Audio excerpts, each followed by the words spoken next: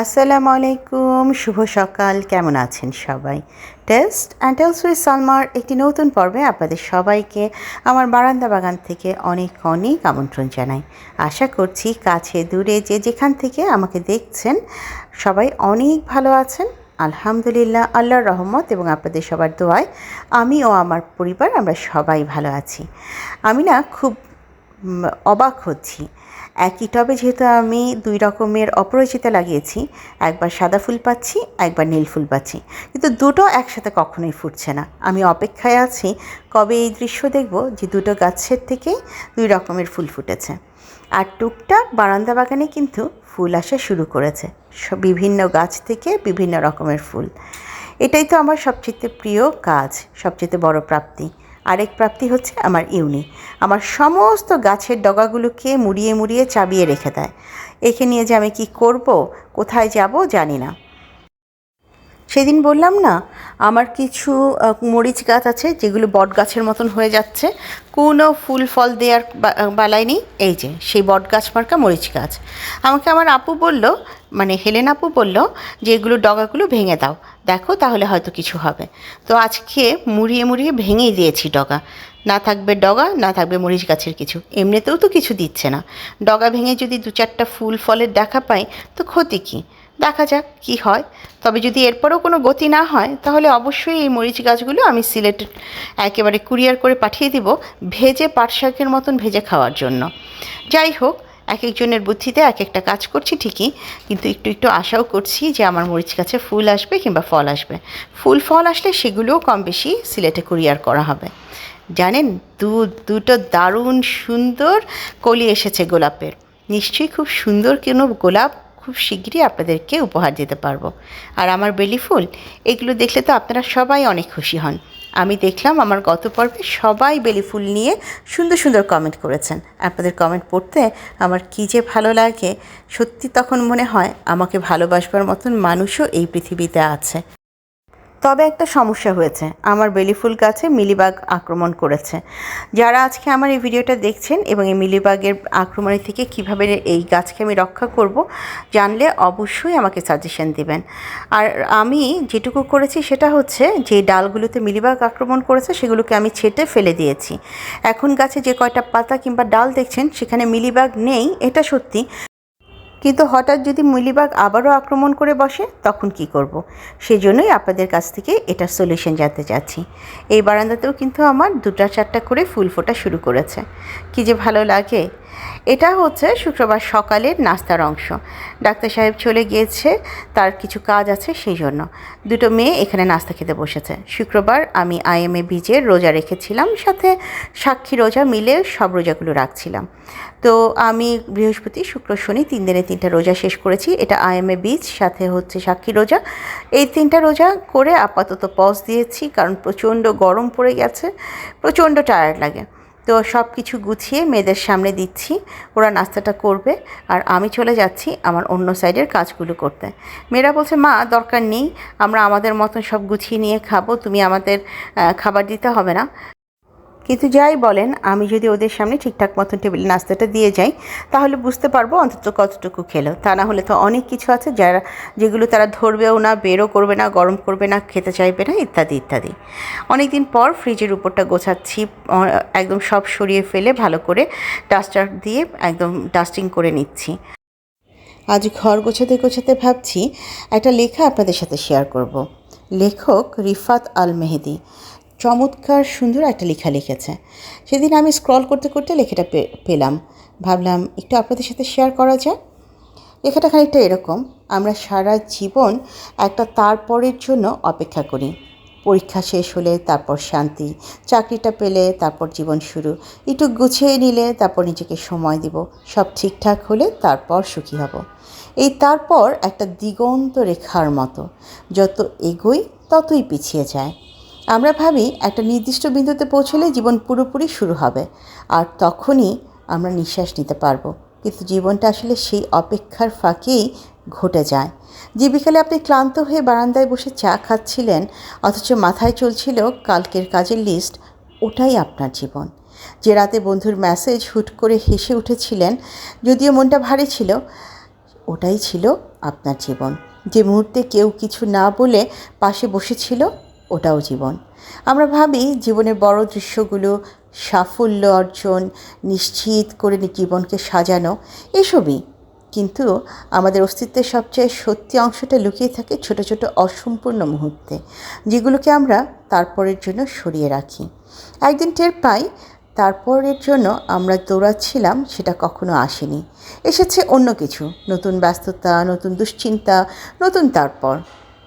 আর ততদিনে দেখি সেই ছোটো ছোটো মুহূর্তগুলো যেগুলো আসলে আমাদেরই ছিল, সেগুলো ফুরিয়ে গেছে। আমাদের জীবনে যেহেতু চাহিদার কোনো শেষ নেই, একটার পর একটা চাহিদা এসে দাঁড়িয়ে যায়, সেজন্য আমাদের জীবনে তারপরও কখনো শেষ হবে না। তবুও যত সংক্ষিপ্তভাবে নিজেদের জীবনটাকে সাজিয়ে নিতে পারবো, তত কম তারপর থাকবে। উপভোগ করতে জানতে হবে। দৌড়তে দৌড়তে ক্লান্ত হয়ে যদি পিছনে ফিরে দেখেন শুধুমাত্র অর্জনের পিছনেই ছুটেছেন, উপভোগ করার সময় চলে গেছে, সেটা কিন্তু অনেক বেশি কষ্টকর হয়ে যাবে। কথাগুলো পড়ে এত ভালো লেগেছে জানেন, সত্যি মনে হয়েছে এক প্রকার তো দৌড়েই ছুটে চলছি আমরা সবাই।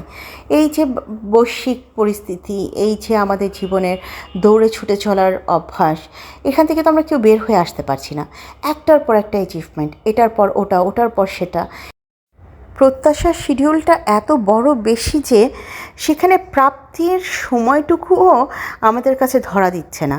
যখন সেটা আমরা পেয়ে যাচ্ছি তখন সেটা মনে হচ্ছে ঠিক আছে, এর পরেরটা আমাদের পেতে হবে। তো এই ছুটে চলা আসলে কতটুকু স্বস্তি বা শান্তি দেবে জীবনে জানি না, কিন্তু এই তারপরের পিছনে ছুটে চলাটা আসলে নিতান্তই বোকামি। জীবনে যা আছে, যতটুকু আছে, ততটুকুকেই উপভোগ করতে শিখুন। আজকে আপনার ব্যস্ততার কারণে যদি আপনার জীবনে একটা আনন্দময় দিন নষ্ট হয়ে যায়, সেটা নিয়ে যে দীর্ঘশ্বাস আজ থেকে 20 বছর পর আপনি ছাড়বেন, সেটা দেখার বা শোনার কেউ নেই। আমি অন্তত আমার এই গোবর মাথার বুদ্ধি দিয়ে এটুকুই বুঝতে শিখেছি। অবশ্য আমার জীবন চলে আবেগে, আমি বাস্তবমুখী খুবই কম।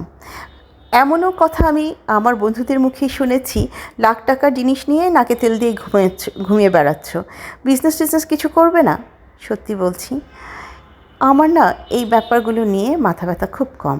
আল্লাহ আমার রিজিকে যা রেখেছে তাতেই আলহামদুলিল্লাহ। আমার প্রত্যেকটা দিন যেন হয় আমার আনন্দের দিন, প্রত্যেকটা মুহূর্ত যেন হয় আনন্দের মুহূর্ত।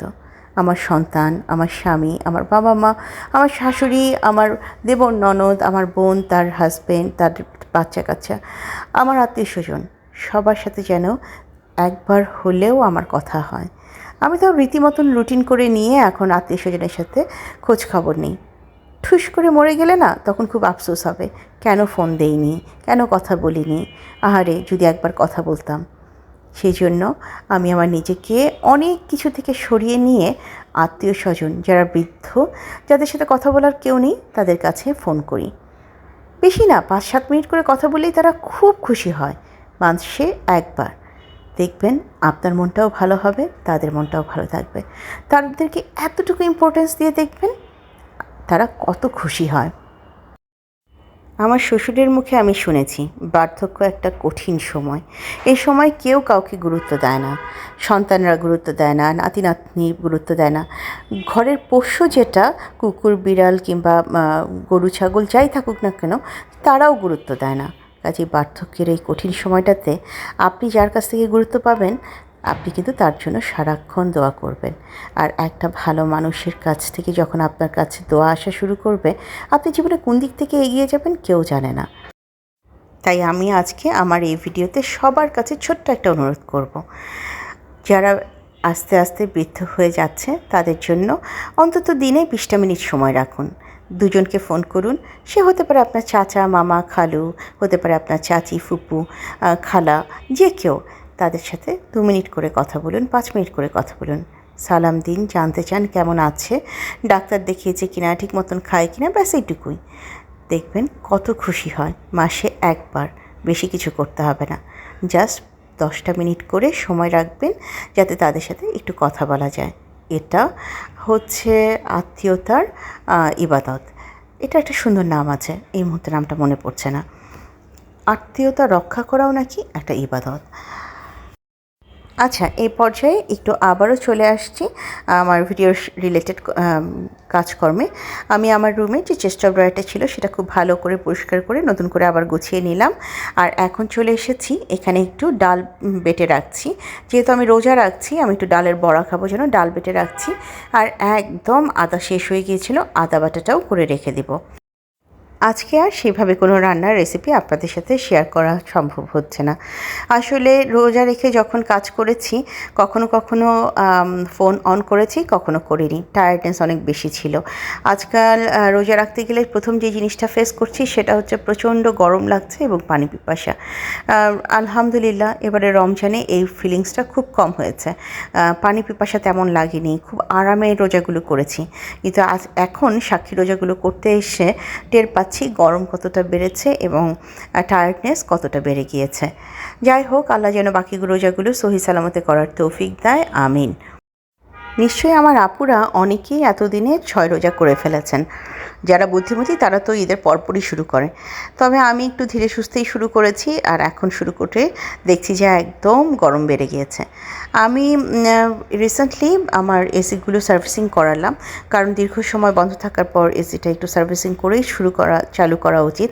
তো আমার এসি সার্ভিসিং করতে এসেছিল যারা, তারা বলল, আপা এসি সার্ভিসিং করে কি করবেন, যে পরিমাণ লোডশেডিং শুরু হচ্ছে আর কারেন্টের যে অবস্থা, তাতে এসি চালাবেন কবে আর কিভাবে চালাবেন? চিন্তা করে দেখলাম ভুল বলেনি। যে অবস্থা হচ্ছে, যেভাবে সব কিছু এলোমেলো হয়ে যাচ্ছে, তাতে এসি কিভাবে চালাবো আর কবে চালাবো সেটাও একটা প্রশ্ন। আজ ইফতারে ছিল কিছু ডাল পুরি আর এছাড়া একটু তরমুজ কেটে নিয়েছিলাম। তরমুজের কালারটা দেখেই বুঝতে পারছেন যে কী একটা ফ্যাসফ্যাসে কালার। সাথে এই যে একটু বুট, একটু বড়া। অনেক দিন পর যখন আজকে ইফতার নিয়ে বসেছি সামনে, আমার মেয়েরাও চলে এসেছে। ডাক্তার সাহেব যেহেতু ছিল না, সেই জন্য সে নেই, আমি 2 মেয়েকে নিয়ে ইফতার করেছি।